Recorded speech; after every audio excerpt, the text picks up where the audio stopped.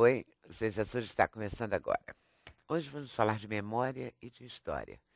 Começamos conversando com o consultor de empresas, Renato Berhoft. Ele está lançando o livro Empresas Brasileiras Centenárias, um livro onde ele conta a história de 5 famílias que fundaram empresas que são exemplos de sucesso no mundo dos negócios no Brasil há mais de um século. Vamos conversar com a museóloga Vera Tostes sobre o trabalho de modernização que ela vem desenvolvendo à frente do Museu Histórico Nacional. Vamos conhecer a trajetória de mulheres que fizeram parte da história cultural e política brasileira, conversando com a jornalista Ana Arruda Calado. A Ana veio aqui outro dia lançar o livro da dona Darcy Vargas, e aí descobrimos que ela tem uma infinidade de livros dessas mulheres maravilhosas. Por exemplo, Lígia Lessa Bastos, embaixatriz, e a artista plástica Maria Martins. Enfim, nós vamos conversar sobre essas mulheres que fazem parte da vida do país, da nossa e da Ana Arruda Calado. O jornalista Marcos de Castro vai contar para a gente algumas histórias que estão no livro Gigantes do Futebol Brasileiro. O livro, que já está na sua segunda edição, traz o perfil de 21 craques que fizeram a história do futebol no Brasil. A gente nem vai fazer pergunta para deixar vocês perguntarem à vontade sobre essas figuras das quais vamos falar aqui. Vamos começar pelas empresas, as empresas centenárias. Nós temos uma tradição assim de empresas brasileiras que passam de pai para filho e permanecem. Não, exatamente não. O registro procura fazer exatamente isto, quer dizer, tentar encontrar o universo muito, muito pequeno de empresas familiares. As razões são várias, né? Inclusive, os indicadores que nós temos é que 70% das empresas familiares que desaparecem no Brasil desaparecem por conflitos familiares não resolvidos. Quer dizer, as questões de disputas familiares são extremamente destruidoras, não são nem problemas de mercado. Neste caso específico, quer dizer, a razão pela qual, junto com a crise, eu escrevi este livro, basicamente, os motivos foram dois. Primeiro, valorizar exatamente a empresa familiar, e a empresa familiar brasileira, a empresa nacional, né? Sabe que a maioria das empresas familiares brasileiras foram fundadas por imigrantes ou filhos de imigrantes. A maioria no Brasil tem ainda origem italiana, depois segue-se portugueses, alemães, etc. Aliás, vale um lembrete, daqui a uns 30 anos são os coreanos e os chineses que estão chegando aí, que estarão passando por esse processo. Porque nós estamos cada vez mais nos tornando um país cosmopolita. O segundo aspecto, Leda, importante, é que o mundo acadêmico tem uma visão muito preconceituosa em relação à empresa familiar. Não tem uma cadeira, o que existe nos Estados Unidos e em alguns países europeus, tem uma cadeira sobre a empresa familiar. A empresa familiar brasileira, ou a empresa familiar, é a que mais emprega e está, digamos assim, inclusive está comprovado, é a que tem a visão de mais longo prazo, né? E então a razão do trabalho foi, na essência, foi este, né? E agora, nós não temos muitas empresas. Aí está, provavelmente, a empresa familiar mais antiga que nós temos no Brasil, até onde eu consegui pesquisar, que é a Ipioca do Ceará, que é de Aguardente, que tem 164 anos de existência. Deixa eu dizer, estamos considerando centenárias ainda sob o controle da família fundadora. Porque centenárias no Brasil nós temos inúmeras, né? Temos multinacionais, etc. Quer dizer, ou seja, que ainda pertencem à mesma família. Ao longo da nossa conversa, eu vou falar um pouco sobre quais são os indicadores comuns ao sucesso delas, mas um dos indicadores eu gostaria de mencionar já no início do programa, porque tem a ver com toda a temática aqui. É que o grande desafio não é transferir a herança se transfere até porque a lei prevê. O que não se faz é a transferência do legado. É isso. É da história. É muito comum, há um ditado que todo mundo conhece, pai rico, filho nobre, neto pobre, na terceira geração. No Brasil não chega nem à terceira, a maioria se perde na segunda. Mas por que esse ditado vale? É que quando o neto nasce, ele já nasce no bem bom, ele já nasce com carro importado, já nasce naquela, né, aquela coisa toda. Já mudou, né, mas a ele não condição sabe, financeira. A ideia que ele tem é dizer assim, na época do meu avô era fácil. Coisa nenhuma, não era fácil não. Mas nunca sentaram para contar a história para ele. Como é que começou, como é que aquele imigrante chegou no Brasil com uma mão na frente e outra atrás, sabe? Porque não há essa preocupação de transmitir a história, de transferir o legado. E aí vem um dos grandes problemas. A herança, ou seja, dinheiro, essas coisas, geram disputas, geram, né, coisas incríveis que a mídia está cheia, etc. Nos jornais. Então, descobrir empresas como estas, que ultrapassaram 100 anos, e outra coisa Quais são interessante... outros exemplos que te encantaram mais, te tocaram Olha, mais? tem todo, porque, veja o seguinte, outra coisa que quisemos fazer é não só falar de grandes empresas, porque aí tem a Gerdau, né? Fomos a diferentes regiões do Brasil, diferentes segmentos e diferentes tamanhos. Então, tem desde uma Cedro Cachoeira de Minas, que é uma indústria têxtil. A Gerdau, que eu já falei, que começa como uma fábrica de pregos, né?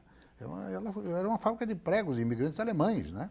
Depois você tem aqui do Rio de Janeiro o Grupo Sul América, né, da família Larragoiti, tá? E tem uma pequena loja de ferragem de São Paulo, que é pequena, não passa de uma loja, que é a Casa da Boia, que tem até um museu lá dentro Mas é uma pequena empresa, uma coisa de origem armênia, etc. Né? Então, Mas olha que interessante, que visão diferenciada nessa casa pequena. Tem um museu lá dentro. Tem um museu. Quer dizer, tem uma preservação da memória. Tem exatamente. Essa coisa de contar para o filho. Mas estas empresas, ou seja, todas essas que ultrapassaram os 100 anos, como estudos que eu vi da Europa de 200 anos, essa questão de lidar com a memória, lidar com o legado, transmitir isto, fazer eventos familiares para falar sobre isto, é fundamental. É fundamental. No fundo é construção, né? Não é de graça mesmo. Não, exatamente, porque é um processo também, ao mesmo tempo, de orgulho das origens, das raízes, é um processo de renovação permanente. E mais recente, a gente tem o quê? Casa Bahia, alguma coisa assim? Na faixa dos 40, 50, nós temos Votorantim, temos já várias empresas, né? Mas ainda na faixa dos 40, 50, a gente teria que esperar, porque são empresas, a maioria das empresas brasileiras está na transição da primeira para a segunda geração, né? Que é um momento delicado, porque você sai da empresa, são várias questões, você sai de uma empresa de dono para uma empresa de sócios, porque eu sempre digo, né, o fundador não escolheu os filhos que tem, eles não escolheram o pai que tem, eles não escolheram-se como irmãos. O que eles vão herdar? Eles vão herdar uma sociedade de sócios que não tiveram liberdade de se escolher. De repente eu digo, Leda, eu adoro você como minha irmã, mas para sócio eu não te escolheria nunca. O fato é que o grande trabalho que tem que ser feito não se fala muito de profissionalização da empresa familiar, o problema não é a profissionalização da empresa, é a profissionalização da família, é o preparo da família para receber esse legado, para se posicionar como um acionista, porque, por exemplo, 2 indicadores claros superados por essas empresas que são perigosíssimos. Dependência financeira, nós estávamos conversando, né? Quer dizer, a cada geração são mais bocas, são mais, né, mais gente querendo sobreviver daquela vaca. Não tem, né? Então não dá. Então tem que reduzir o grau de dependência financeira. As pessoas têm que buscar outras opções. Se ficar todo mundo, não vai dar, porque você tem que capitalizar a empresa e gerar liquidez para as pessoas. E a outra é todo mundo imaginar que a solução da sua vida é ir trabalhar na empresa. Acaba, porque você vai ter conflitos familiares transferidos para a empresa e vice-versa. E aí viram, né? A gente tem casos, quer dizer, quanto mais as pessoas realizadas, né? Há um caso que eu gosto, não é uma empresa centenária, mas você perguntou por outras, há um caso do mundo das artes, Valtinho Moreira Salles, eu sempre costumo dar como exemplo, né? Eu costumo dizer que quanto mais brilhante cineasta ele for, melhor acionista do Itaú Unibanco ele vai ser. Por quê? Porque, por ter brilho próprio, ele não fica com inveja do irmão Pedro se foi na Ilha de Cara, se apareceu no programa X são ou caminhos Y. diferentes. E ele tem brilho próprio. Você sabe que nas famílias abonadas tem muito isto. O despreparo dos filhos para a vida, não vou nem dizer despreparo para a vida. Então tem um que brilha e o resto fica meio... E aí começam os problemas, e aí nós temos histórias familiares aos montes, não precisa sair do Rio de Janeiro para ter isso, né? Mas depois... E pode, não precisa sair, pode sair, né? Porque tem história para tudo. Tem para todas as partes, exatamente. Eu estava lendo ontem a Exame e a capa, eu comprei por conta de ser sócio do grupo Casino. Casino, né? Do Abílio Diniz. É que eu nunca tinha ouvido falar nesse sócio, né? Durante todos esses anos. É uma história interessante. É da Argélia. Ele é argelino de origem, nascimento, e tem uma história de conquistas. Foram anos de sociedade em que eles praticamente não tiveram uma rusga, né? Não, exato. Até que num determinado momento era... Sociedade é uma relação. muito Eu costumo difícil. dizer o seguinte, quem acha casamento difícil não sabe o que é uma sociedade. O casamento tem uma série de variáveis que podem eventualmente ajudar a manter a relação. Desde sexualidade, sensualidade, atração, perdão, conveniência, filhos, etc. Vamos tocar em frente. Sociedade, Lila, é confiança, dinheiro e poder. 3 coisas perigosas. Porque quando 3 bombas atômicas. quando o sujeito diz assim, eu confio no meu irmão desconfiando, já acabou. E nesse caso específico foi uma questão de quebra de De confiança. quebra de confiança. Eu li a entrevista, mas é chocante, porque é um mundo, é um império. Né? É São verdade. 800 bilhões do lado de cá, não sei quantos, Mas acaba bilhão, com muita não sei o que, do rapidez, lado de lá. É um negócio assim, hein? Esses impérios acabam com muita rapidez e com muita velocidade. Aliás, eu não estive aqui, estávamos comentando, porque justamente a Ana Ruda falando da questão das mulheres. Um dos meus livros é um trabalho sobre as herdeiras, perfil de 5 herdeiras, uma delas, inclusive, a filha do Abílio, Ana Maria Diniz. Mas esse livro é de 93. E ela trabalha? Não, ela trabalhou com o pai, não trabalha mais. O pai parece que também não deixa muito. Veja, é o seguinte, nós estávamos comentando, isso foi com o Marcos, né, que ser filho de um pai brilhante é muito difícil. Um pai ou uma mãe. Né? Então tá aí a Maria Rita, está aí o Luiz Fernando Veríssimo, está aí, né, no futebol, quer dizer, nós temos inúmeros. Ser filho de uma figura brilhante, e no empresariado você tem muito isso, quer dizer, um sujeito que se destaca, que começou do nada, de repente ele vira uma referência. E ser filho daquele personagem... É complicado. Eu vendo esses dias na internet, teve um jogo, agora eu não vou saber o time, vou me confundir, mas tinha um rapaz naturalizado espanhol, filho do Mazinho, pode ser? Que decidiu um jogo importante, assim. E aí a manchete dizia, filho de Mazinho. Eu falei, meu Deus. O cara está naturalizado espanhol, tem 20 e poucos anos. Né? É sempre filho, não se torna Filho ele próprio dele, não se torna ele mesmo. Ele Não tem decidiu uma o identidade jogo, mas própria. o título da matéria era no filho. Isso aí. Né? É uma... E nessas herdeiras, você acha que as mulheres tocam melhor esses negócios familiares? Os exemplos... Veja o seguinte, tem detalhes. Nós estamos hoje com uma presidente, né? Quer dizer, a gente está vivendo uma experiência que eu acho fantástica. A gente estava comentando um pouco aí nos bastidores. Veja, vocês mulheres têm uma visão muito mais aberta, muito mais ampla em relação a uma... Porque, na realidade, o que acontece? Eu vejo isso por uma outra atividade que nós temos, de preparar executivos para aposentadoria. Mulheres transitam este processo melhor. O homem canaliza todo o seu potencial para a vida profissional, ser um bom profissional, fazer uma carreira, etc. Vocês, mulheres, além da carreira, têm que continuar sendo mães, têm que continuar sendo... jornada dupla, quer dizer, tem tripla. jornada tripla, etc. Né? Acho até que essa discussão a respeito de cobrança das mulheres não é um problema da mulher, é o casal que tem que rever os papéis, mas isso é uma outra conversa. O fato é o seguinte, a maioria destas herdeiras teve muito mais sucesso, e aí há várias razões, tanto a sensibilidade, mas também ser filha, ou seja, aí, filha de um personagem masculino, não tem o mesmo grau de cobrança. Porque do filho se espera com certeza o sucesso. Não, ele está carimbado. A filha é lucro, né? Não, em geral é o seguinte, é uma atitude muito típica machista, assim, filho, prepare-se, você vai entrar na empresa. Filha, você vai fazer psicologia, serviço social, vai casar, sei lá. Então ela é a surpresa e ela conquista. Ela tem que conquistar por méritos próprios. É a construção, ela Exato. constrói. Ela constrói. com a vida O outro dela. recebeu. É a coisa de receber de mão beijada que está aí, que O grande quebra, desafio né? da maioria desses empresários é educar filhos para a vida, porque eles, né? Aliás, a piada do momento que nos Estados Unidos, eu li isso ontem, né? Não sei se vocês viram. Assim, com o problema da crise econômica dos Estados Unidos, muitos milionários estão tendo que dispensar as babás. E estão tendo que agora aprender o nome dos seus filhos. Que situação. Com muitos empresários acontece coisa assim. Mas eu vi casos de motorista vai à reunião de associação de pais e mestres dos filhos. Você imagina coisas desse É uma tipo. loucura, né? As pessoas também estão terceirizando demais. Exatamente. Não é? Isso não E vai com dar essa certo. onda de novos milionários aí, eu temo que esse modelo se repita. É verdade. Essas empresas centenárias, você é do Cachoeira e pior, que é Casa da Boia, que é essa do Essa pequena, pequena. de Ferragens, é. A Sul América, a Gerdau. É. E não tem nenhuma delas. Então, as futuras serão de produtos de beleza. Ah, com certeza. É, Mas não termos, temos ainda. cosméticos. As que nós temos no Brasil, como Natura e Boticário, são relativamente recentes, né? São empresas nas faixas ainda de 20 anos, etc. Tal, que estão tendo muito sucesso, mas evidentemente. Mas eu entendo até onde, porque com ambas eu já tive algum tipo de relação profissional, estão tendo encaminhamentos interessantes. Porque, aliás, só para usar o exemplo de ambas, você quando fala de empresa familiar, nós temos dois tipos. Tem a unifamiliar, onde você tem um fundador e seus descendentes. Então, a preservação da história da família é única. Você tem a multifamiliar, e aí no caso da Natura, por exemplo, são 3 amigos que viraram sócios.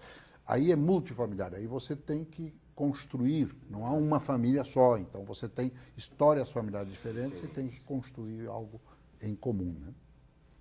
E o modelo da primeira geração não se transfere para a segunda, porque a primeira geração se escolheram e construíram isto. Exato. É interessante mesmo.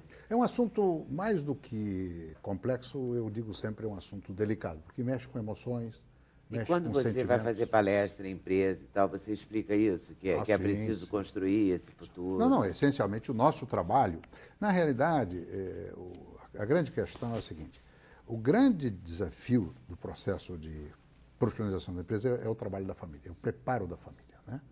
Então eu brinco, eu quando faço palestras, eu brinco muito, né? Então tem aquele fundador, aquele empreendedor, aquele empresário, que diz, minha mulher não sabe de nada. Eu digo, esse é um risco, porque amanhã essa mulher vai ser uma viúva despreparada, porque os homens morrem todos primeiro, né? E eu digo, você sabe o que é o conceito de viúva? Viúva é uma solteira com experiência, se tiver dinheiro, melhor ainda, né? Então, quer dizer, na realidade, compartilhe esse assunto, porque em algum momento, né, Você pode precisar disso. precisa, Seu senão os seus advogados aqui vão levar. É muito legal. Você escreveu o livro com a Cris Martinez. Cris Martinez é uma jornalista, ela foi a responsável pelas histórias. As histórias estão num estilo muito gostoso, não é do ponto de vista, é bem jornalístico, é muito coloquial, eu costumo dizer que é mais uma crônica. O mais interessante seria, então, que os herdeiros fossem preparados para serem herdeiros ou incentivados a ter o seu próprio negócio, mas participar daquilo. Vamos dizer assim. Porque também, se você não dá todo o dinheiro na mão dele, mas faz ele ir na empresa desde sempre, você também gera uma relação vamos dizer assim, desse sucessor. O herdeiro tem que ser, em primeiro lugar, tem uma frase que diz, ninguém ama o que não conhece. Então ele tem que conhecer, ele tem que saber da história, tem que saber das origens, tem que conhecer o negócio. Agora, ele tem que estar preparado para ser um acionista, ele vai ser um acionista, ele não vai ser dono. Ele vai herdar 25%, 15% da empresa. Portanto, ele vai ter que ter um raciocínio um pouco de quem foi na Bolsa de Valores, comprou lá. Ele não comprou, ele herdou. Esse é o preparo. Terceiro, ele tem que ir em busca do seu sonho, né? Porque muitas vezes, quando você pergunta a um herdeiro qual é o seu sonho, ele diz, trabalhar na empresa da família. Quer dizer, isso não é, muitas vezes é um pouco, ele foi muito induzido a isso. Às vezes não é nem um sonho. Não é o sonho dele, é o sonho do pai, da mãe, etc. Tal, né? Então, encontrar o seu próprio sonho, a gente chama, no nosso caso, é o trabalho de projeto de vida, é muito importante. E nesses casos dessas empresas, elas exatamente têm essa situação. A maioria dos herdeiros, o mínimo dos herdeiros está dentro da empresa. Deve ser uma boa história, né? É muito interessante. Como é que é a história? Não, bom, como toda a história, é mais uma história de um português que vem para cá, né, e começa a produzir uma aguardente e, evidentemente, tem um processo de crescimento bastante grande, etc. Tal, localizado no Ceará. E esse é um outro dado interessante, né? Se fala muito de São Paulo, Rio e tal. Eu pude fugir um pouco disso, porque a gente encontra empresas familiares assim maravilhosas no Amazonas, no Pará, no Rio Grande do Sul, no Mato Grosso, em todas as regiões. Nós temos uma leva nova de empresas familiares surgindo na área do agronegócio. Já fui aí por esse Brasil afora, né? Lucas do Rio Verde, provavelmente pouca gente conhece, né? Está a 300 quilômetros ao norte de Cuiabá, né? Então, quer dizer, e você chega lá e tem aqueles empreendedores, quer dizer, é um Brasil que o Brasil não conhece, para usar uma expressão do Roberto da Mata, né? Quer dizer, é verdadeiramente um outro mundo, né? A conferir, não é? A conferir. E a conferir as próximas as próximas empresas que farão gerações, 50 exatamente. anos, 40 e tal. Há uma vantagem hoje. Né? Os fundadores hoje, nós temos eventos, né? Os fundadores hoje com 50 anos já começam a se preocupar com isso, o que eu acho que é uma grande vantagem em relação a outros. E com a longevidade, esse é um novo desafio, porque você tem muito fundador de 80, a segunda já de 50 e a terceira de 30 convivendo simultaneamente. Você falava do envelhecimento. Vamos viver experiências novas também nessa área. Com certeza. Então vamos fazer um intervalo, voltamos já já. Sem Censura, um programa da TV Brasil.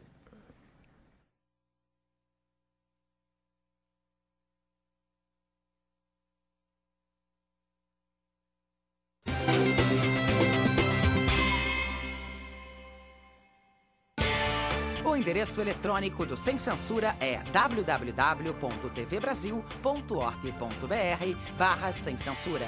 Para participar do programa, o e-mail é semcensura@tvbrasil.org.br. No Twitter, acesse twitter.com/scensura. Telefone 0 operadora 21 2283 3000. Fax 0 operadora 21 2232 3271. Então, vamos conversar com Vera Tostes. Vera Tostes, o mundo é Tostes. Vera, e o museu? O que você anda fazendo no museu, Vera? Olha, Leda, muitas coisas, mas eu gostaria de começar porque estamos falando de memória, né? Empresas de família que têm os seus museus, e museu concentra exatamente o sentido de memória, porque essa questão de memória, lutar contra o esquecimento, é uma preocupação do homem desde sempre. Na antiguidade grega, então, existia um templo da deusa memória. E tinham as sacerdotisas que guardavam esse templo, que eram as musas. Daí a musa da música, da literatura, todos vêm do templo da memória. E a palavra museu é justamente uma referência às musas que guardam a memória. Então, portanto, nós estamos hoje aqui, eu acho que o museu vai reunir toda essa questão da memória, né? E museus, o Museu de História, sobretudo, é um museu que, sem dúvida, preserva a tradição cultural, né? Que é essa ligação desse passado para você poder entender o presente. Então, faz essa ponte institucionalmente, guardando esse legado que o homem deixa com objetos, com tradições, com contos, com música, com tudo que lhe é familiar no seu meio ambiente. Eu fico muito impressionada, porque todo mundo que viaja, eu inclusive, quero ir ao museu. E quando eu estou aqui, eu não vou aos museus daqui. Eu acho que a gente tem uma coisa a ser trabalhada aí. Isso é um fenômeno que acontece no mundo como um todo. Se você perguntar a um parisiense, muitos parisienses nunca foram ao Louvre. Os estrangeiros vão ao Louvre. Porque a gente tem aquela Os habitantes de outras regiões da França vão ao Louvre. Mas já houve, inclusive, uma pesquisa sobre isso. E eu estou citando o Louvre, porque o Louvre é o museu mais visitado do mundo, né? E é interessante isso, com o habitante da cidade aonde está o museu.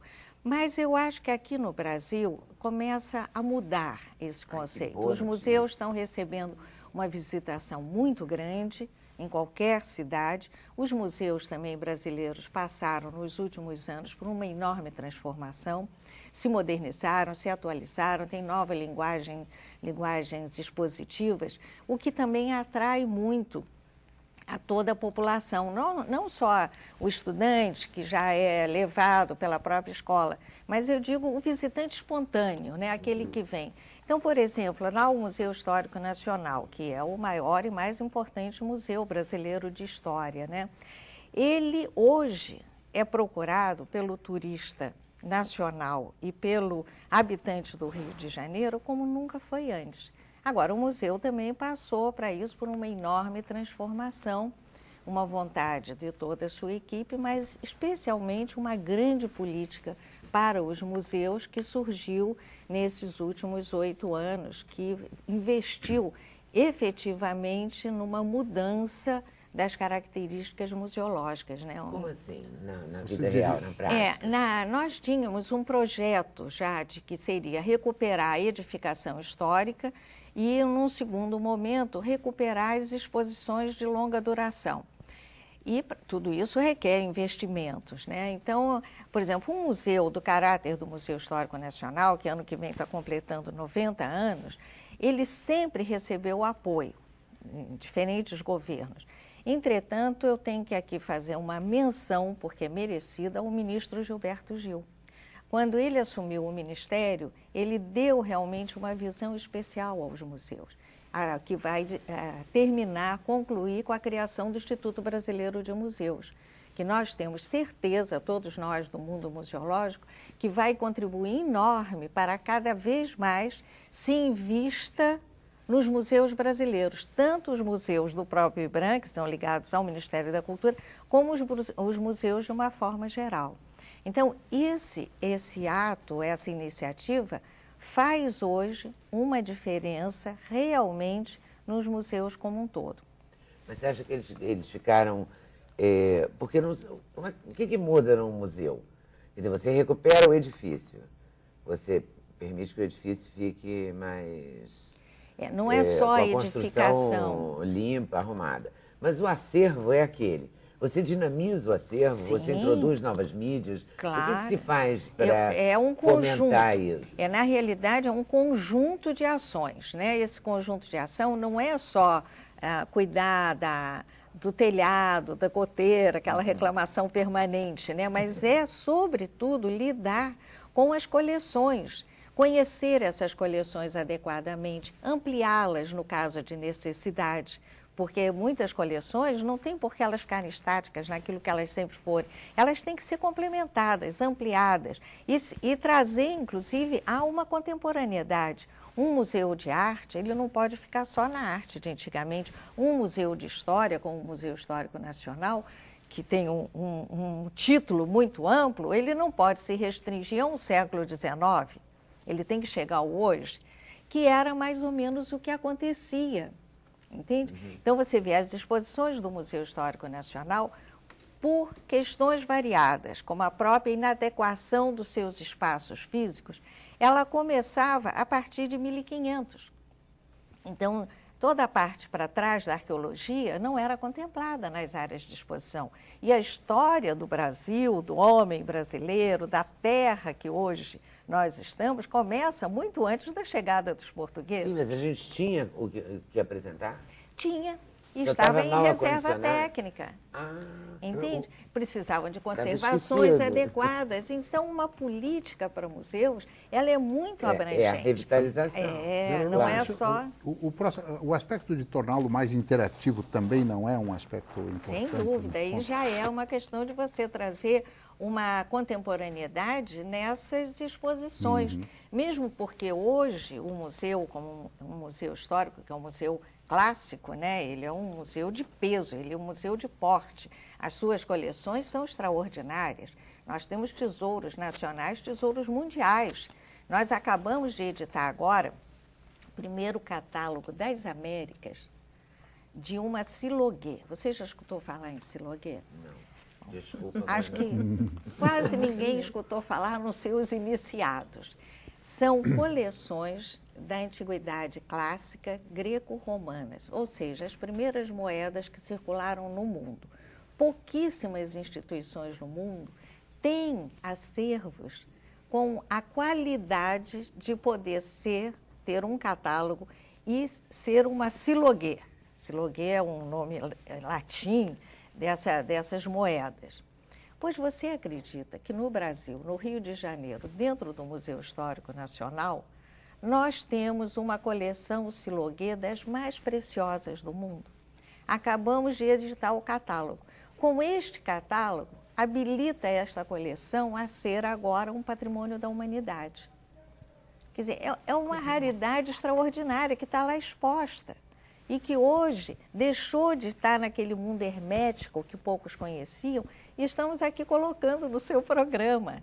Tá vendo? E aí estamos com um reconhecimento, catálogo divulgando a curiosidade isso. das pessoas. A curiosidade. E verificar. está lá sendo chamada a atenção. Essa é uma exposição paralela a que conta a própria história do nosso país, que hoje nós estamos enfocando desde a pré-história até a contemporaneidade. Entende? Acentuando a nossa pluralidade cultural, racial, o papel dos índios, do homem da pré-história, mas também o papel do negro, desses imigrantes que chegam hoje, desses empreendedores, dessa indústria que vem para o Brasil, que transforma a nossa vida a partir até do século XIX.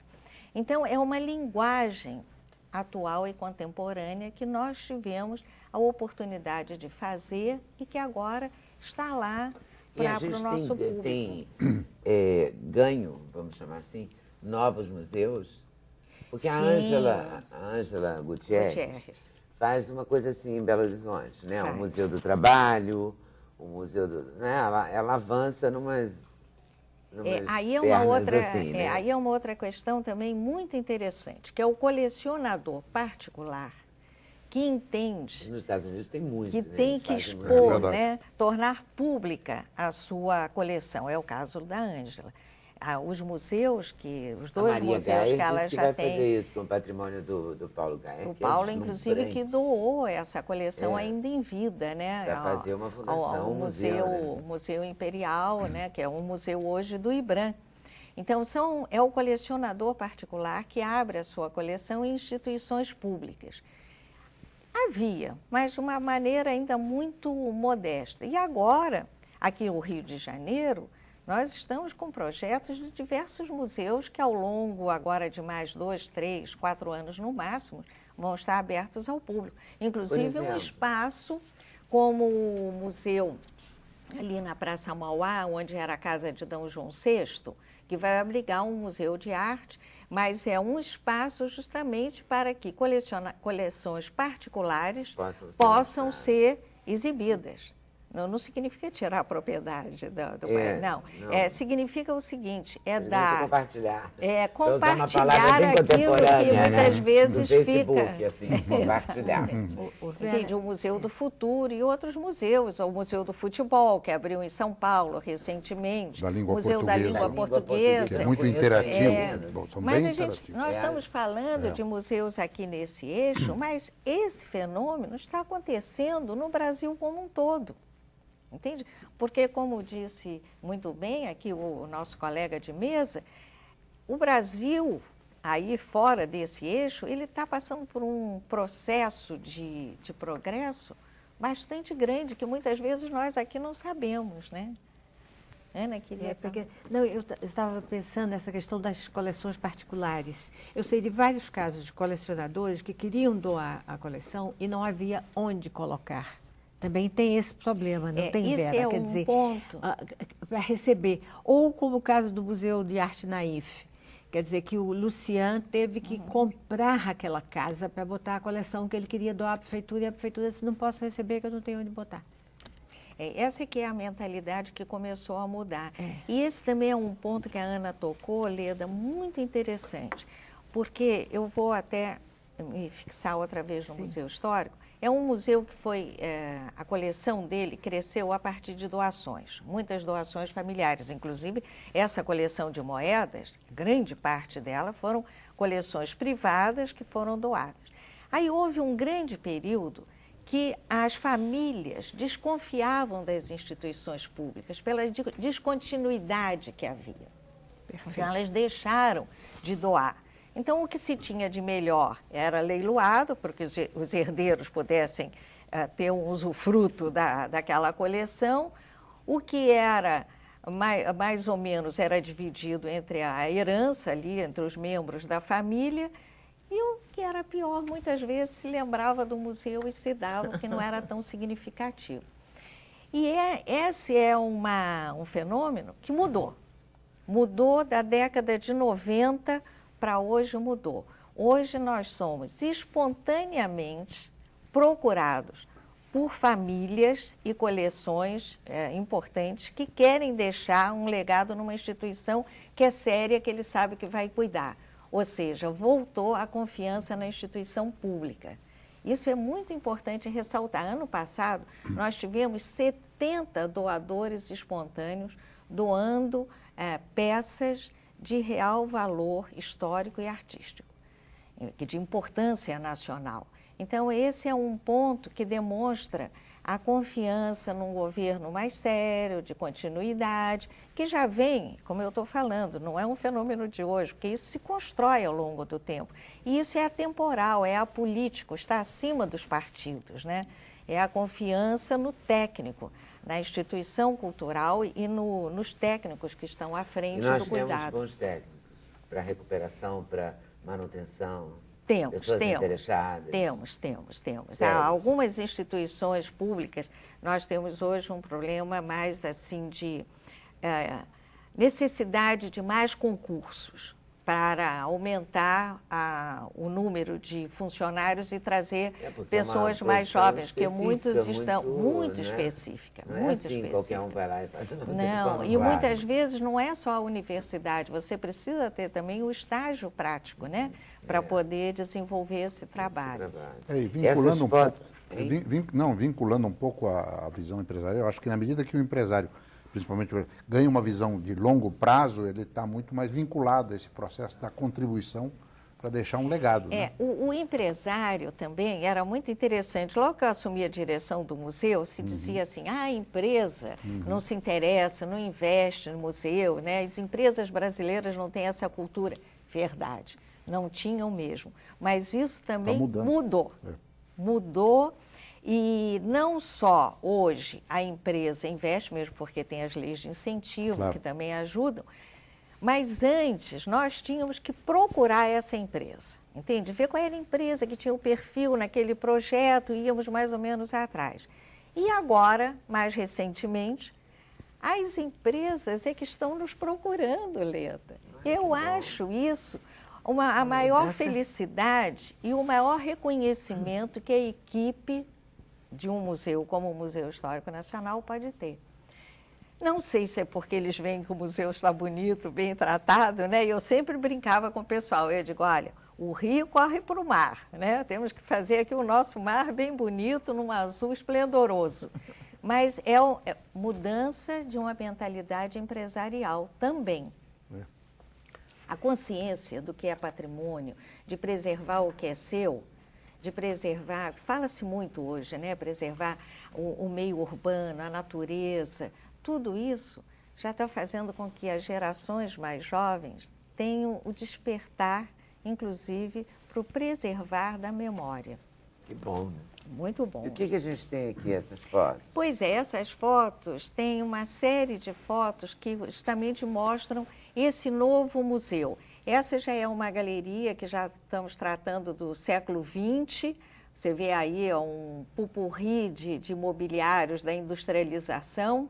Essa parte toda da República nós trabalhamos com os direitos constitucionais do indivíduo e vai desde lá da arqueologia que nós reproduzimos, essa caverna, essa caverna aqui que eu acho maravilhosa, que é lá da Serra da Capivara, nós fizemos uma reprodução para que o nosso jovem aqui do Sudeste veja a maravilha que existe no nosso Brasil como um todo, né? Isso aqui tem 15 mil anos. Então, a Nied nos permitiu Isto é uma reprodução, reproduzir. É uma reprodução porque a caverna está lá no local. Sei, não é foto, até as galerias. Não é uma foto. Não, é uma reprodução. Uma instalação. Uma reprodução. Nós fomos lá, você vai escutar os passos, os passarinhos. Vai sentir frio de caverna. Fizemos os ninhos, tem tudo igual. Aqui a nossa coleção barroca. A questão da presença dos negros na nossa diversidade cultural também, nós quisemos muito colocar, não mais só o negro como escravo. E essa... Essa é uma exposição agora temporária. Essa das Nós joias? temos galerias de exposição temporárias, porque nessa reforma o térreo ficou todo para os serviços, incluindo as galerias de exposição temporária. Esse ano está se comemorando 150 anos da unificação da Itália. Então, a Itália, como nós conhecemos hoje, é muito mais jovem do que o Brasil, porque nós, bem ou mal, temos 500 anos, né? Já assim, mais unificados. Então, foi convidado esse design, criador de joias, Gerardo Sacco, que é muito respeitado na Itália pela sua criação. Esse catálogo? Ele fez esse catálogo, é o catálogo da exposição. Essa joia que está na capa, ele fez em homenagem ao Rio de Janeiro. Então, o consulado, o Instituto de Cultura Brasil-Itália, convidou para fazer essa exposição. Ele é o joalheiro oficial do Vaticano. Essa era a cruz de João Pedro II. E ele faz não só as joias, como fez para diversos filmes, Elizabeth Taylor e montagens de óperas, mas ele também faz utensílios de adorno, todo em ouro, prata, pedras, e sempre com uma base de uma história ligada à história da Itália, de Roma antiga. Não são, além da criação, a criação tem essa inspiração já desde a Antiguidade Clássica. E essa exposição vai estar no museu até o dia 30 esse é ele, no dia 30 de agosto. Nossa, uma oportunidade. Olha, são 150 joias. Eu até brinquei com ele, porque ele faz tudo. Ele desenha, ele cria, muitas das joias ele mesmo confecciona, e a exposição foi ele que pessoalmente montou tudo. Até o prego, ele faz questão, ninguém pega em nada, ele fazia tudo. E eu brinquei com ele, Leda, eu disse assim, qualquer mulher com as suas joias fica mais bonita. Ele disse, sem dúvida. Agora, o que eu acho interessante também colocar, Leda, é que nessa concepção da nossa exposição, nós convidamos artistas contemporâneos para retratarem a visão contemporânea do fato histórico.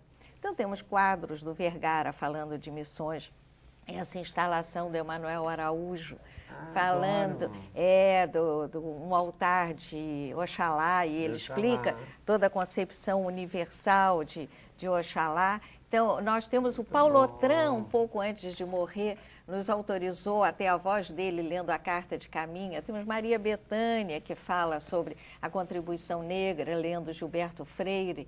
Então, essa é uma maneira também de trazer o contemporâneo para o histórico. De trazer de aproximar pessoas, histórias. Exatamente.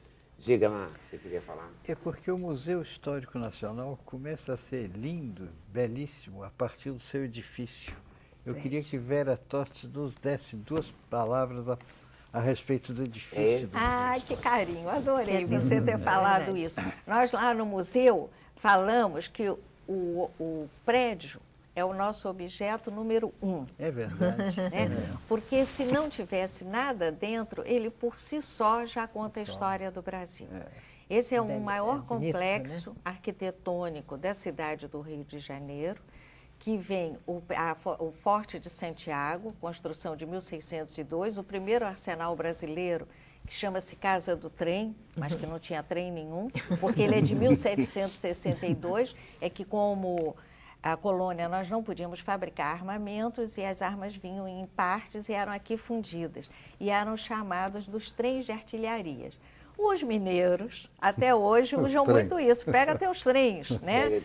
A mala, os seus pacotes.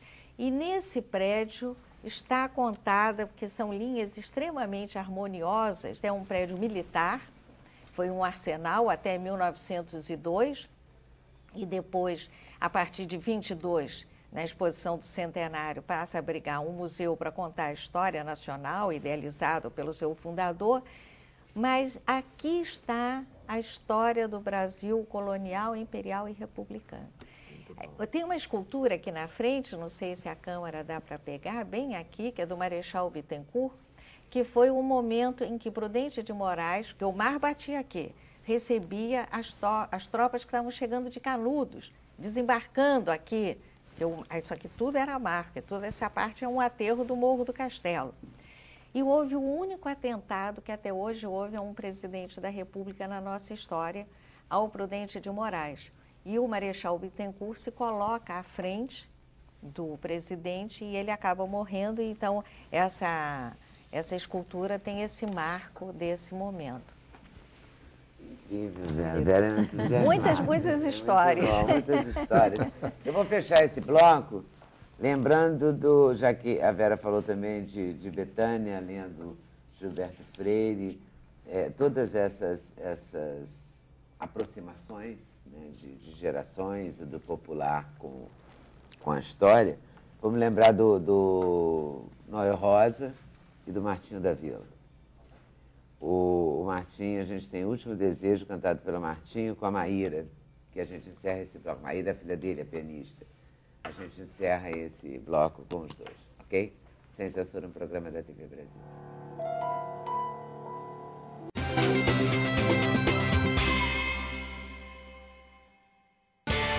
O endereço eletrônico do Sem Censura é www.tvbrasil.org.br/sem censura.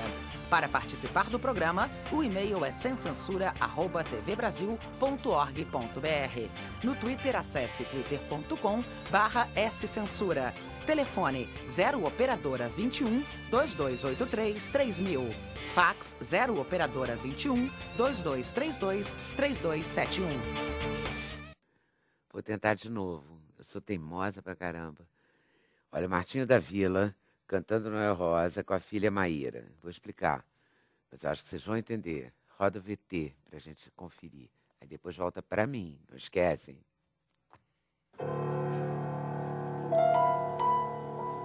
Você não é? É?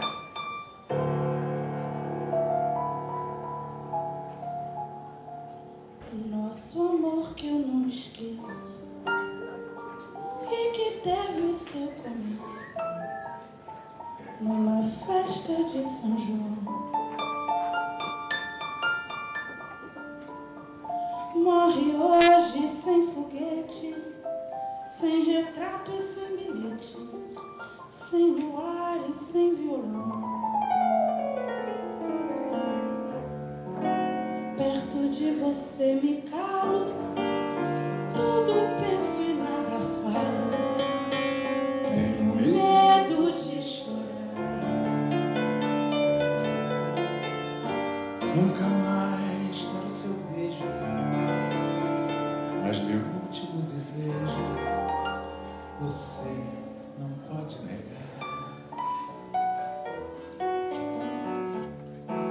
Se alguma pessoa negra pedir que você lhe diga se você me quer ou não, Diga que você me adora, que você lamenta e chora a nossa separação. as pessoas que me prestam, Diga sempre que eu não presto, que meu lar é um botequim.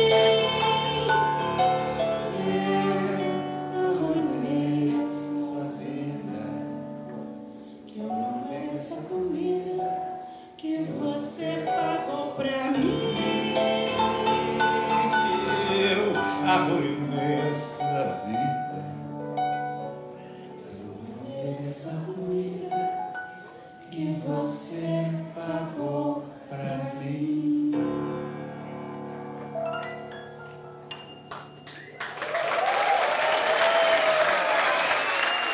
Tão bonito, Muito bonito. não é bonito? Muito. Bonito demais. E os dois cantando ficou. Né? E ela, pianista, uma maravilha, fez uma formação erudita e abraçou o popular com o pai, muito bom, né? E falando em popular, somos todos futebolistas, ou somos todos torcedores de futebol, com pouquíssimas exceções. Temos uma boa história nessa área, né, Mar? Vocês fizeram um livro lindo. Sim. Obrigado. Fez um livro lindo, fisicamente, foi a editora. Fez um livro realmente muito É bonito. muito bonito. As todo ilustrações são do colorido. Ike? São do Ike, cheio de ilustrações. Ficou Olha. uma edição primorosa. Cores, ele tem cores para capítulos É, diferentes, cheio né? de cores. Ficou uma edição muito bonita. A editora deu uma caprichada tão grande que acho que isso está influenciando até na venda. Em um mês tirou a segunda edição. Tá vendo? Que maravilha. E aí vocês fizeram um perfil, como é que você e João Máximo fizeram como? Olha, a história é longa. O começo dela, muita gente que está nos assistindo não tinha nem nascido. Foi em 1965, quando um sujeito que tinha uma pequena editora, chamava-se Rui Carvalho, foi depois até Cartola do Flamengo. Essa pequena editora dele editava principalmente para a Embaixada Americana. A Embaixada Americana, que naquele tempo funcionava ainda aqui no Rio, editava uma série de gigantes do jazz, gigantes de Hollywood, não sei o quê, e era ele, dono dessa pequena editora Lidador, que editava esses livros. Então ele, como era um apaixonado por futebol, pensou, olha, tem gigante, tanta coisa que eu faço para a embaixada, eu vou fazer um gigante para mim.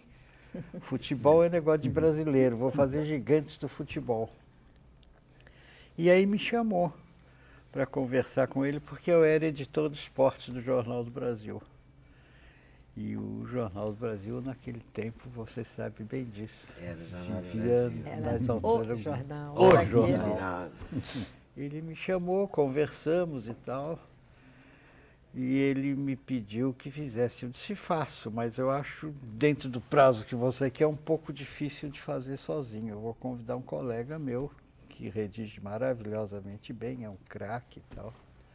O João Máximo, ele disse, está ótimo. Aí fizemos, saiu a primeira edição em 65, e esgotou-se, nunca mais se pensou em editar. Estava se tornando um livro raro. E se encontrava num sebo no Rio, um sebo em São Paulo, Belo Horizonte, mas não encontrava mais nas livrarias. Nunca mais foi editado. Até que recentemente, no ano passado, exatamente no ano passado, eu levei para a editora Record, cuja editora principal é nossa colega de jornal, acho que você conhece, Luciana Vilas Boas. Conheço muito, vim aqui outro dia mesmo. Doce Luciana. Ela se entusiasmou imediatamente pela ideia. Se entusiasmou pela ideia e começou a trabalhar no sentido de que saísse uma bonita edição. Isso aí mesmo. Contratou o Ike para fazer as ilustrações e nisso demorou quase um ano. Há um problema de que todo brasileiro é um pouco técnico de futebol, né? Então, desde a primeira edição, você mostra a edição. Ah, mas falta fulano, ah, mas falta Isso ciclano. é certo. Eu botaria fulano, eu botaria Eu ciclano. olhei imediatamente quando vi o livro para saber se tinha alguém do Flamengo. Pois é. Aí tem o Zico, já é justo. Justo, Zico é da segunda fornada, né? Ah, é? É, a primeira É, porque fornada. a primeira de não 65. tinha. Não Mas tinha o isso Zico quer dizer, mesmo. vocês atualizaram muito, como foi, Mar? 50%. Essa segunda edição. Ah, 50% é novo. Tinha, parece que 12 e temos agora 21. Praticamente 50%. Entrou Zico, Tostão, Tostão, Falcão, Romário. né? Romário. Essa gente nova que merecia. Inclusive a ilustração do Romário é muito hilária, assim, vale a pena. Muito bonitas as ilustrações. O Ike também caprichou. Gostei muito dessa coisa Caprichou. colorida, alegre. Né? Mudando de cores a cada... cada hora Newton Santos. A cada gigante, né? Cada gigante mudando de cor. Muito bom. E tivemos recentemente uma noite de autógrafos na Livraria da Travessa, ali em Ipanema. Eu não quero ser metido à besta, mas o mérito não é meu. Foi um sucesso impressionante.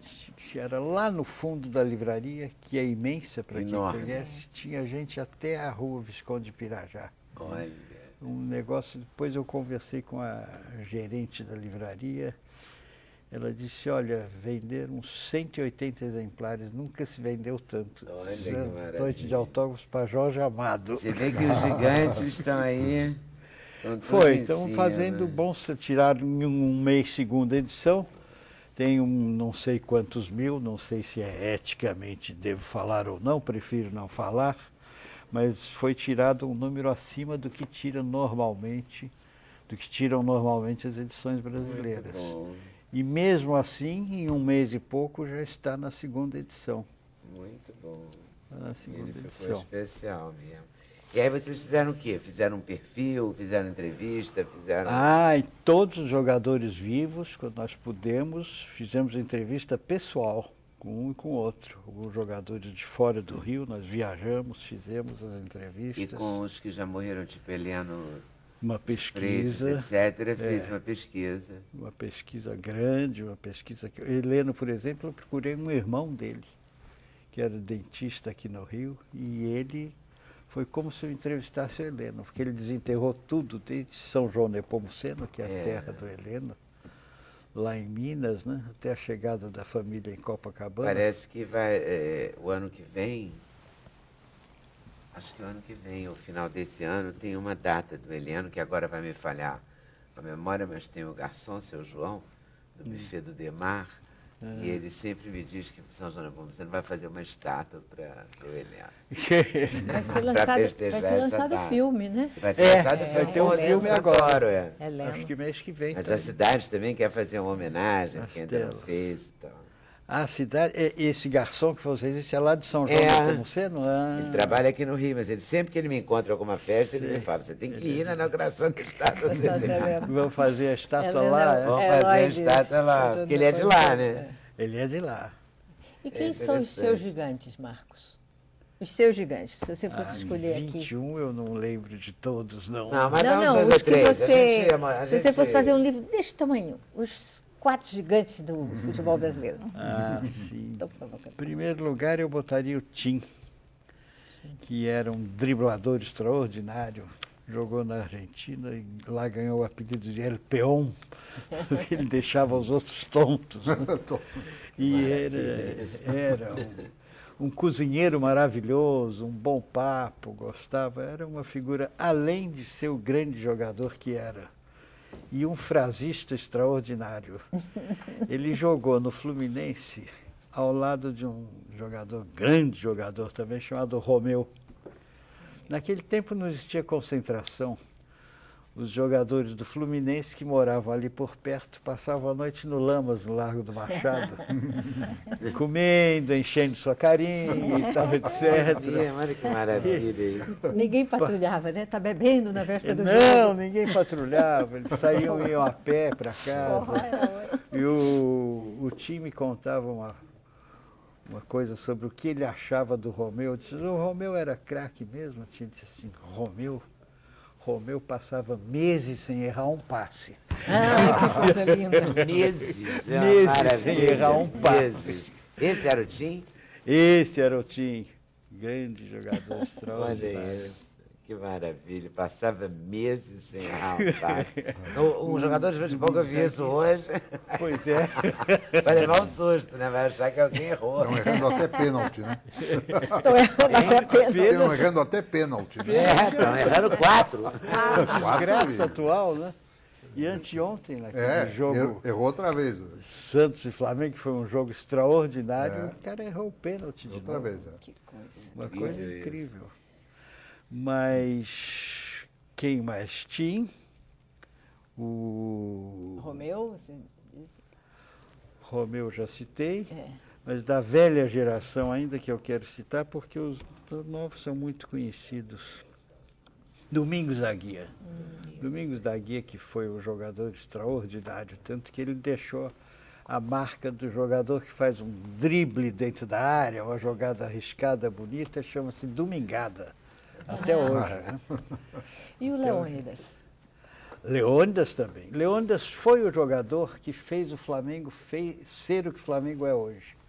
Foi o que deu a grande torcida que o Flamengo tem. O Flamengo era um clube com torcida como qualquer outro grande, como Fluminense, Vasco, Botafogo. Mas a partir do Leônidas ele dobrou, porque o Leônidas era um negócio admiradíssimo. E você gosta de futebol, né? Adoro. Leônidas, página 79, vamos ver. Esse aqui é o... Será que é o Domingos da Guia? Estou com medo de arriscar. Mas... É singular que Leônidas, quando fui entrevistado... Esse é o Domingos da Guia. Esse é o Domingos da Guia. Então agora falta o Leônidas. Ele era tido como carioca típico, o moleque carioca. É o garoto de pelada de rua, essas coisas. ali na Prainha, onde ele foi criado. A Prainha hoje ninguém conhece o nome, mas é ali perto da Praça Mauá até a Leopoldina, aquela região chamava-se Prainha. Ele foi criado ali e era assim, um menino tido como carioca típico. Em 1943 foi contratado pelo São Paulo. A ida dele para São Paulo, a chegada na então Estação do Norte, que é onde os trens da Central faziam ponto final em São Paulo, foi um negócio, ele foi carregado, uma coisa que não existia na época. Ele já era de tal fama que uma fábrica de chocolate lançou o chocolate Diamante Negro. Virou chocolate. Diamante Negro. Que era o apelido dele. Olha, era o apelido do Leônidas, Diamante Negro. Maravilha. Chocolate. A fama dele foi uma coisa impressionante. Por isso que eu digo que numa época que não tinha todos esses recursos para ter fama hoje. Era inteiramente diferente. Ele foi famoso mesmo. Quem deu essa grande torcida que o Flamengo tem hoje, fez do Flamengo. Quando ele foi vendido para São Paulo, foi um chororô com o pessoal do Flamengo. Uma tragédia. Mas havia uma briga entre ele e o clube, então não havia como deixar de vendê-lo, né? Ele foi para. E hoje? Só para a gente. Vou conversar aqui com a Ana Arruda Calada, acho que ela saber uma coisa. Hoje, quem é o que você acrescentaria no gigante? Quem é o gigante de hoje? Olha, de hoje não precisa ser de agora, dessa temporada, mas estão aí, Zico, Romário, eu acho que são extraordinários. São jogadores que... Diga. Não, da nova leva. Né? Nova leva. Da nova leva. Zico, Romário, jogadores extraordinários que não ficam devendo nada. A Domingos da Guia, essa gente toda. Eu acho que Romário especificamente... é deputado federal agora. E eu gostaria de lembrar uma coisa, que todo mundo trata o Romário muito como moleque, assim. Romário tem uma filha que tem síndrome de Down. E ele candidatou-se especificamente com o pensamento em fazer alguma lei que proteja as crianças com síndrome de Down. Isso achei muito bonito. E ele tratou muito bem, ele encarou muito bem essa situação. Da menina? Da menina, maravilhosamente muito bem, com muita elegância. Leva ele para com orgulho dela, canto, achei muito bonito enche de também. beijinho, tem orgulho dela. Achei muito bonito, fala muito sempre elegante. Isso, é uma coisa bacana, muito bonita. Bacana. Um pouco fora do futebol, mas eu não queria deixar de falar. Volta aí já, Marco, querido Marco. Obrigado. Ana Arruda Calado. Eu vou começar por ela, que nós não falamos dela da outra vez. Eu não sei, não sabíamos quem é Lígia, a recordista. Opa! As mulheres de Ana Arruda, cara. Mulheres de Ana Arruda. Não é Maria, Adalgisa, Darcy, Geni, Lígia. Mas a Lígia tem uma importância muito grande porque ficou minha amiga e é minha amiga. Está viva a Lígia. Lígia está com 91, vai fazer 92 agora em setembro. Almoça no Lamas, você falou aí no Lamas, quase todo dia, porque ela mora perto do Lamas. O lançamento do livro foi no Lamas. Foi no Lamas. E foi um sucesso tremendo, porque não só ela é muito querida, ela assinava ao meu lado, né? Eu usei o prestígio da Lígia para fazer um grande lançamento. E como também ela é muito amiga, ela hoje é muito amiga de artistas, porque ela foi responsável pela lei da profissionalização do artista. Ela levou em mãos ao Geisel o projeto. Quando a Wanda Lacerda era presidente do sindicato, a Wanda foi a Brasília, a chamado dela, ela chamou a Wanda a Brasília e levou ao Geisel na mão. Então ela ficou muito amiga desses artistas que lutavam por isso, pela profissionalização. E ela protege muito... Era a regulamentação, da profissão. E ela protege muito também os cantores que não têm mais mídia. Então, tudo quanto é show de cantora velha, aquelas cantoras da Rádio Nacional, aquelas cantoras... A Lígia vai, de vez em quando ela me carrega para ver um desses shows. E, aliás, são ótimos. Ótimas, são cantoras ótimas, são shows ótimos. E Lígia, então, tem isso. Agora, ela teve 10 mandatos. Por que a recordista? A Lígia se candidatou 10 vezes, se elegeu 10 vezes em seguida. Ela foi vereadora em 1947, era ainda menina, com menos de 30 anos, 26 anos por aí. Ela ganhou a primeira eleição em que ela se candidatou. A partir daí ela não perdeu mais. Então, foi vereadora 4 vezes, deputada estadual, constituinte da Guanabara, deputada estadual e depois deputada federal. O primeiro mandato em que Lígia foi da Câmara Federal, ela foi a única mulher na Câmara dos Deputados. É porque era Ela uma passou época que as 4 mulheres anos, apareciam. depois apareceram umas 4 ou 5, acho que mais 4, no segundo mandato. E aí, em 82, ela tinha eleição certa, porque ela tinha um eleitorado. Bom, eu vi pelo lançamento do livro que tinha de eleitor, filho de eleitor, neto de eleitor da Lígia. Eleitorado certo. Ela, professora, aliás, até hoje ela gosta, eu chamo de professora e não de deputada, porque é o título que ela gosta. Ela tinha alma de professora e foi professora a vida inteira. Mas ela, quer dizer, foi professora a vida inteira, ela largou de ser professora, mas cuidou de educação, né, nos mandatos dela a vida inteira. E quando ela tinha a eleição certa, ela disse, não vou me candidatar mais. E fez um discurso de despedida belíssimo, dizendo o seguinte, o legislativo não tem mais poder, não tem o menor sentido eu estar aqui. E também, porque Que tinha... ano foi isso? 82. 82. E também porque tinha a questão da fidelidade partidária e ela não poderia apoiar a candidata que ela queria apoiar. Ela teria que apoiar a candidata do partido. Ela disse, não, vou embora. E aí foi embora mesmo. Ela hoje tem uma vida muito, como eu digo, muito tranquila, vai a shows de noite, almoça o seu almocinho no Lamas, mora num... Isso é que me deixou comovida, mais do que encantada. Mora num pequeno apartamento no Catete. Tem uma vida absolutamente simples. 10 mandatos parlamentares. Não ficou rica, gente. Bom exemplo, hein? Uma maravilha, né? Tem filhos? Infelizmente raro. Não, Ah, ela não. jamais Ela- casou, não tem casou. filhos. Só tem um Vive episódio na orelha do livro em que se conta que o pai não gostou dela ter tirado o O microfone. microfone. Ela fez um discurso longo para ninguém ouvir, é isso? Não, ela queria impedir a votação de algo que ela De um achava tributo, immoral. impostos. Era É. um aumento de imposto que ela Mas era aqui está contra. dizendo que ela... Então ela ficou falando. Sozinha. Mesmo assim, aí ninguém ligou, coisa e tal, e o presidente, então, convocou a votação. Quando ela aí disse, bom, vou fazer uma loucura. Pegou o microfone, atirou. Disse, bom, vai ser interrompida.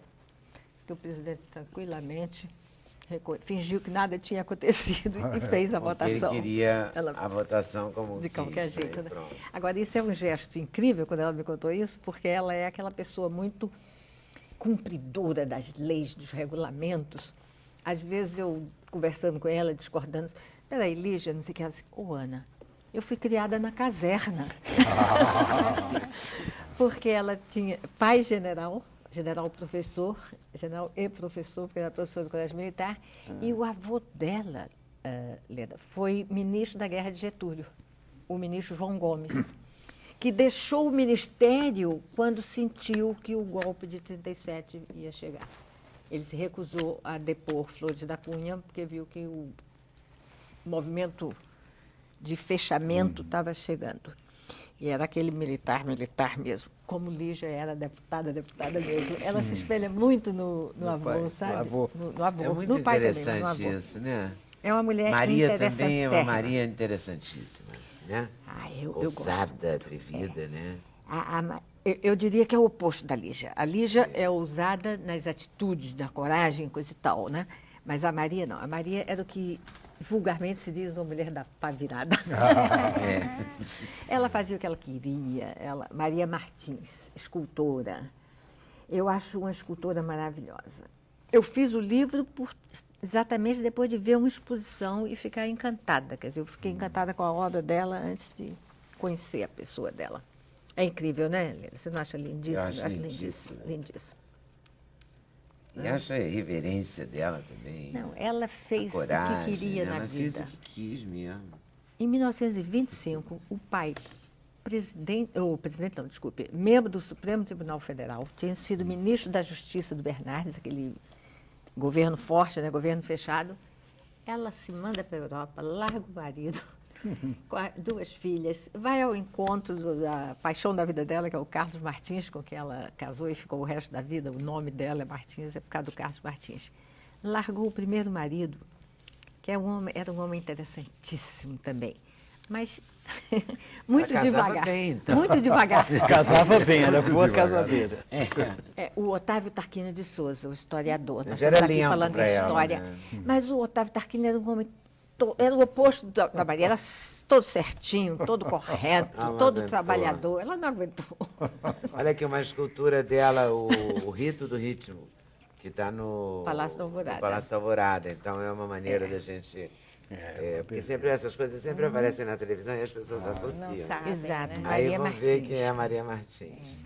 Mas muito atrevida, assim, Muito, ousada muito. e Ela teve- corajosa, né? ela Lutou teve um pela longo felicidade romance, dela com- no momento em que as pessoas ficavam casadas. Era para isso. Exatamente, Ela em podia até ter se 25. apaixonado e tal, mas ia levar ali aquela vidinha. Mas o perfil das mulheres que a Ana escolhe, que aliás a Ana, eu acho que está fazendo um trabalho extraordinário, Ela Ana, porque faz um você está belíssimo. trazendo à luz a memória de mulheres que não se conhecia.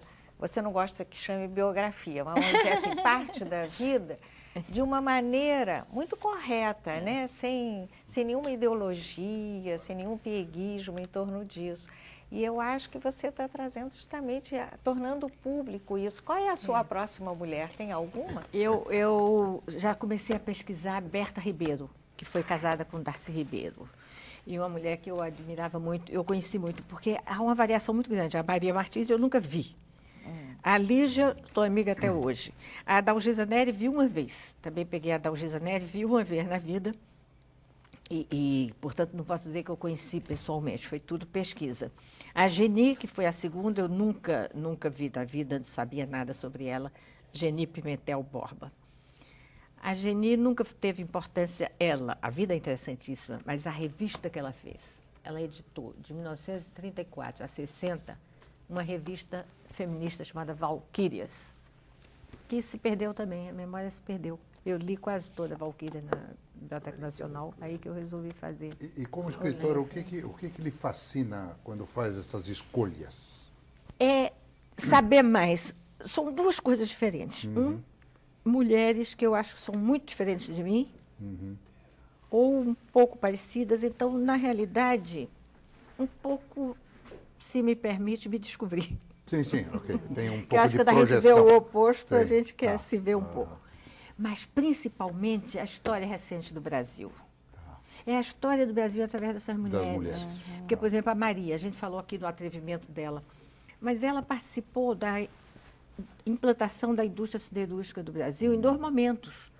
Quando os reis da Bélgica estiveram em Belo Horizonte, que ela ajudou a recebê-los, o pai era secretário do Arthur Bernardes, quando o Arthur Bernardes era presidente do Estado, e foi a implantação da indústria siderúrgica no Brasil. E depois ela, casada já com Carlos Martins, foi ele que negociou a Companhia Siderúrgica Nacional. Tá. Ele foi embaixador em Washington durante a guerra. Então, ela participou profundamente da história do Brasil.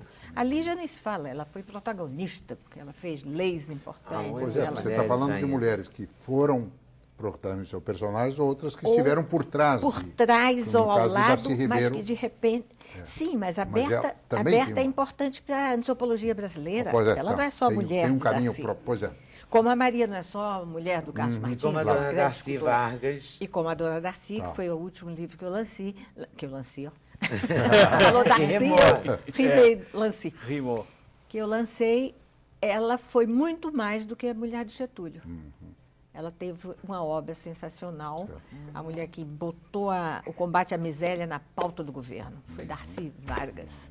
Então, em nome dessas mulheres todas, eu vou pedir para a gente encerrar este bloco, presta atenção, é antes da vinheta, tá? É agora. Com a Ângela Maria, que é uma grande cantora brasileira, uma figura extraordinária. E está fazendo 60 anos de carreira, uma mulher muito interessante. Então vamos, Vida de Bailarina com Ângela? A cortina da vida da bailarina há de ver cheio de horror que no fundo do seu peito existe um sonho de shake ou a desgraça de um amor.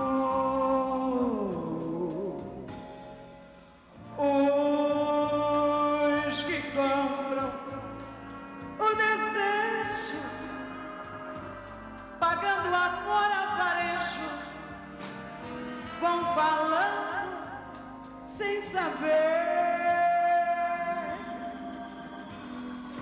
que ela é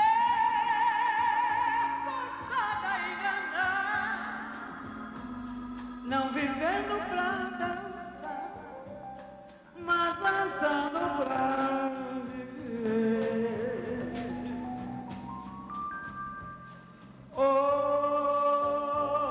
Obrigada pelo ofício a bailar dentro do vício, como um lírio em lamaçal. Então, intervalo, voltamos já já, sem censura, no programa da TV Brasil.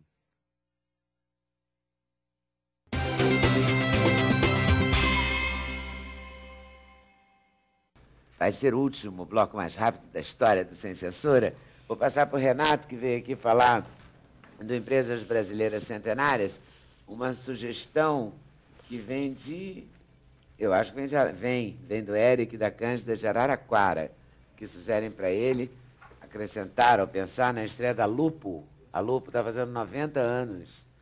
Sim, A conheço, Lupo de é Araraquara. verdade. Mas se você quiser conhecer a história de sucesso das empresas familiares, está aqui. Se você quiser ir ao museu, agora temos guias...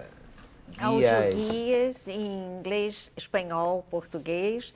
Temos, inclusive, para surdo e mudo, com linguagem apropriada. E temos também um pátio preparado só para os deficientes de visão. Nós temos aqui Lígia, Dalgisa, Darcy, Maria, teremos Berta, é isso? Teremos Berta. Brevemente. Brevemente, está certo. Viu? E espero ainda outras. Muito, se Deus quiser, vem aqui sempre lançar. Aqui temos os gigantes do futebol brasileiro, do João Máximo com Marcos de Castro, editora Record, nas melhores casas do ramo, segunda edição, né? Segunda edição. Obrigada, Marquinhos, por ter vindo. Obrigado a todos vocês por terem vindo, a vocês por estarem nos assistindo. Lembrando que hoje, 1h, a reprise, ok? Avisa aí, avisa lá que eu vou. Valeu, boa tarde, boa noite. Bom final de semana, até segunda, com certeza, se Deus quiser.